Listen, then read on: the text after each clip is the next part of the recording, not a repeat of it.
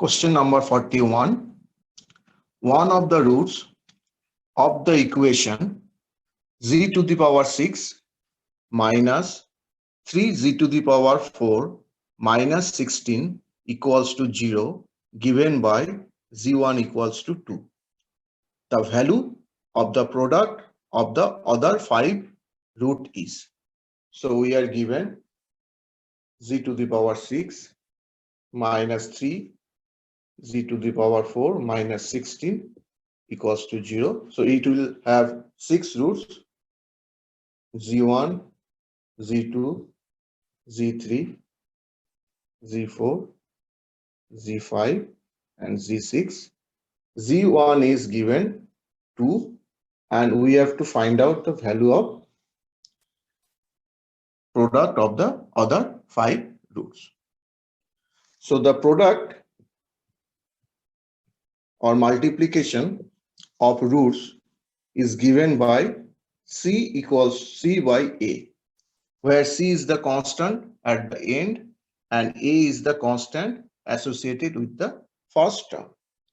So let's say x square plus bx plus c equals to 0, or ax cube plus bx square plus dx plus c equals to 0, any polynomial, and then a x to the power n plus b x to the power n minus 1 plus dot dot dot plus c equals to 0. So this product equals to c by a for even degree polynomial. So ax square plus bx plus c, or ax to the power 4 or ax to the power 6, something like that. And this product is equal to minus c by a for odd polynomials like cubic, ax cube plus bx square plus dx plus c, or x to the power 5, so on and so forth. And addition of roots is given by minus b by a. So in this problem, we are given z to the power 6 minus 3z to the power 4 minus 16 equals to 0. So which is even polynomial. Therefore, product is equal to c by a, which is equal to minus 16 by 1, that is minus 16. That means z1, z2, z3, z4, z5, z6 is equal to minus 16. So that gives me product of z2, z3, z4, z5 and z6 is equal to minus 16 by z1. z1 is given 2. Therefore, the product of other 5 roots is minus 8. Next problem, question 60. It says the wavelength of characteristic K alpha X-ray photons from the element MO of atomic number 42 is, we have to find out the wavelength in terms of angstrom. Speed of light is given and Rydberg constant is also given. So how do we get K alpha, K beta, K gamma, L alpha, L beta, L gamma X-ray lines? So we have energy levels.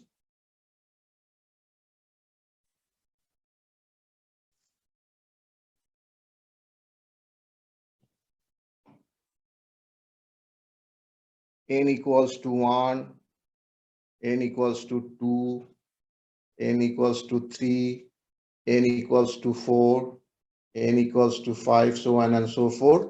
They are also known as K, L, M, N, O, something like that. So these K, L, M, and O are the shells, and N1, N2 are the energy levels. So when we have a transition from 2 to 1 or 3 to 1 or 4 to 1, we get different types of K alpha lines.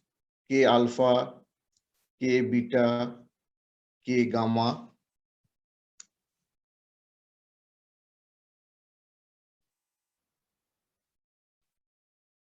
And when we have transition from n equal to 3 to 2 or n equal to 4 to 2 and so on and so forth, we have L alpha, L beta lines. So the frequency of the K alpha X-ray photon is given by nu K alpha is equal to C by lambda K alpha, that is equal to CR Z minus 1 whole square times 1 by 1 square minus 1 by 2 square. Because K alpha lines are basically due to the transition from n equal to 2, which is our initial state, initial energy level Ni, to n equal to 1, which is our final energy state or energy level. So K alpha basically transition from 2 to 1. And why we are writing Z minus 1? Because if an electron is removed from energy level 1, then only we can have a transition from n equal to 2 to n equal to 1. Because now the nucleus is screened by Z minus 1 times electronic charge. So that's the reason we are writing Z minus 1 whole square. Now our final energy level is 1 and initial energy level is 2. Therefore, we can write 1 by lambda K alpha is equal to R Z minus 1 whole square times 3 by 4.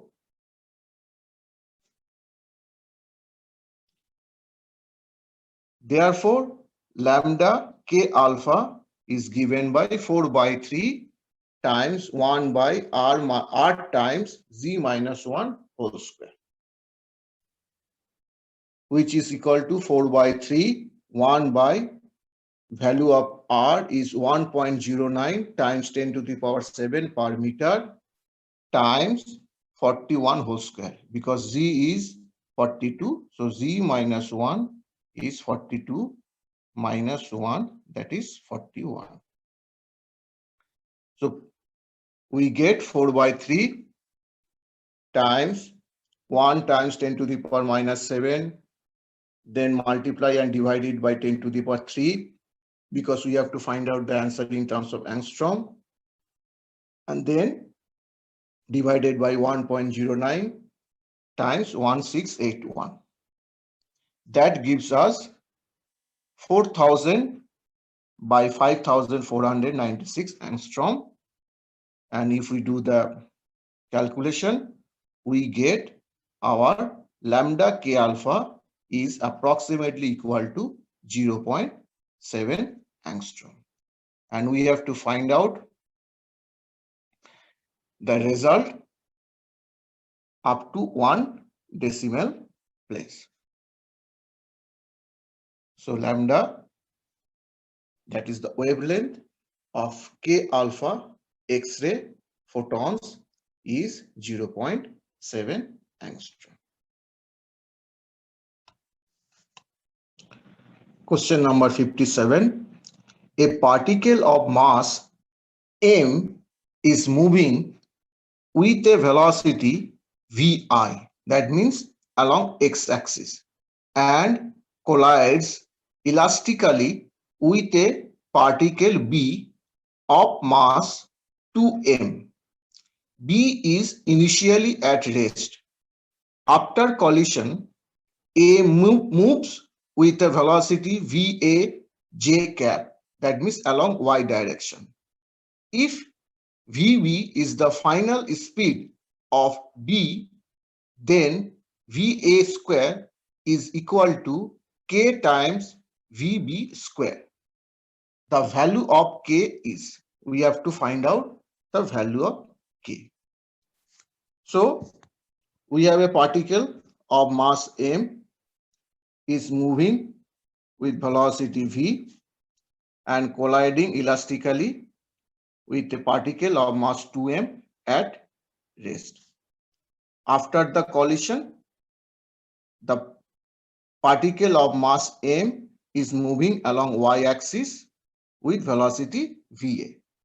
So j cap is along y-axis and I cap is along x-axis. Now the final velocity of particle B of mass 2m is 2v. So we are going to use the conservation of momentum.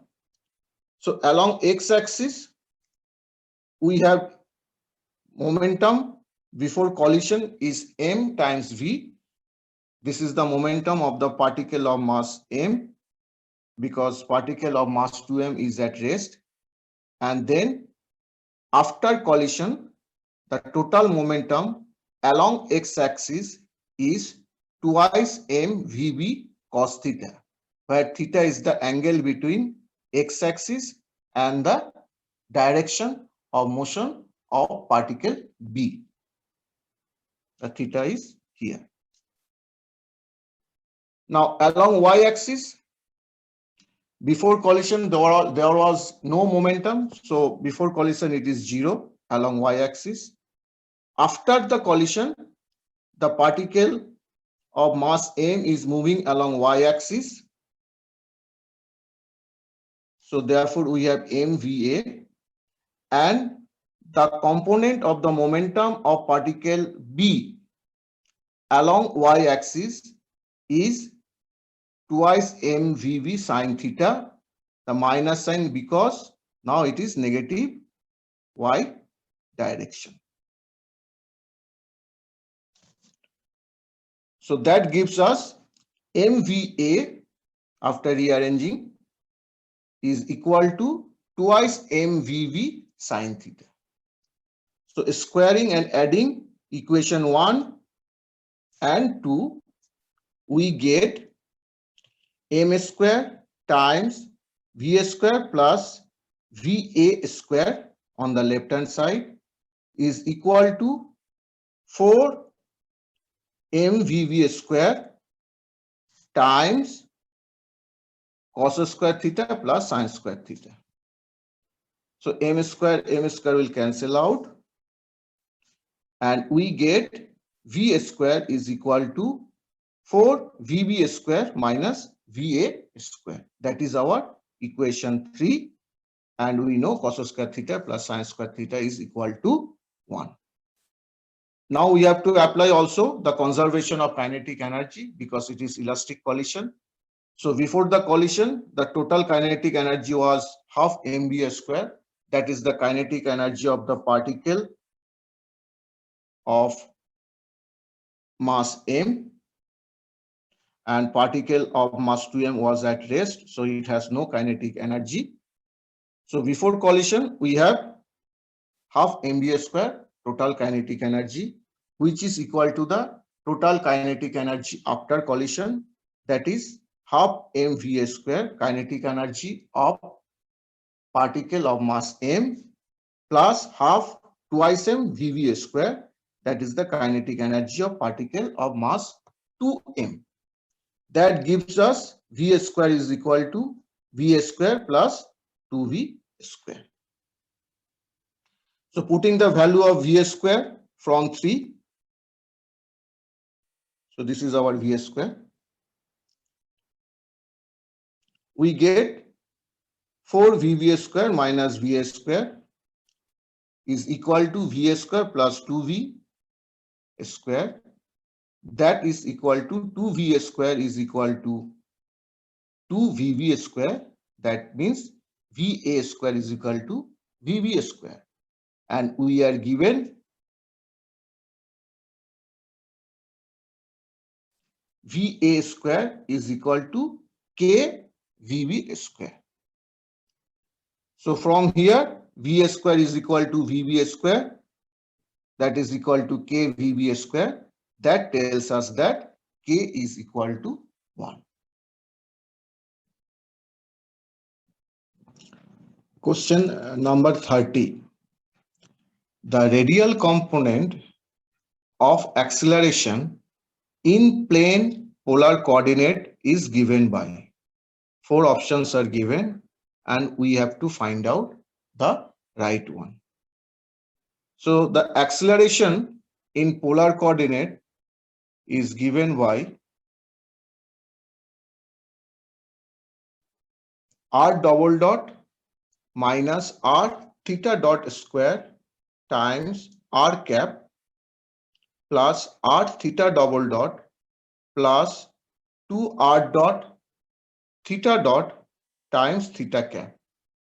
That is equal to AR r cap plus A theta theta cap, where AR is the radial component and this is what we are asked to find out, and A theta is the polar component.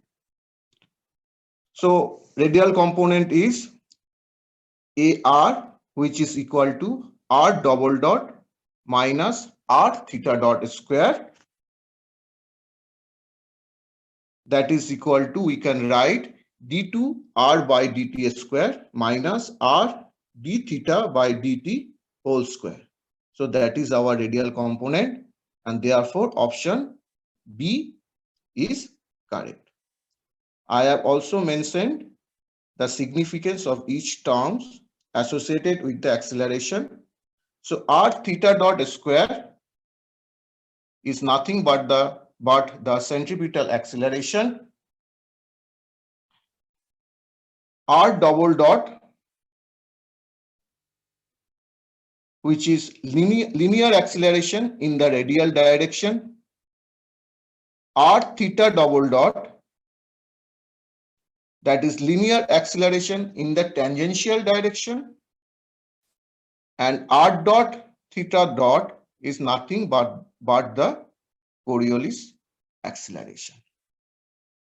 So the derivation I'll show in other lecture. Question number 26.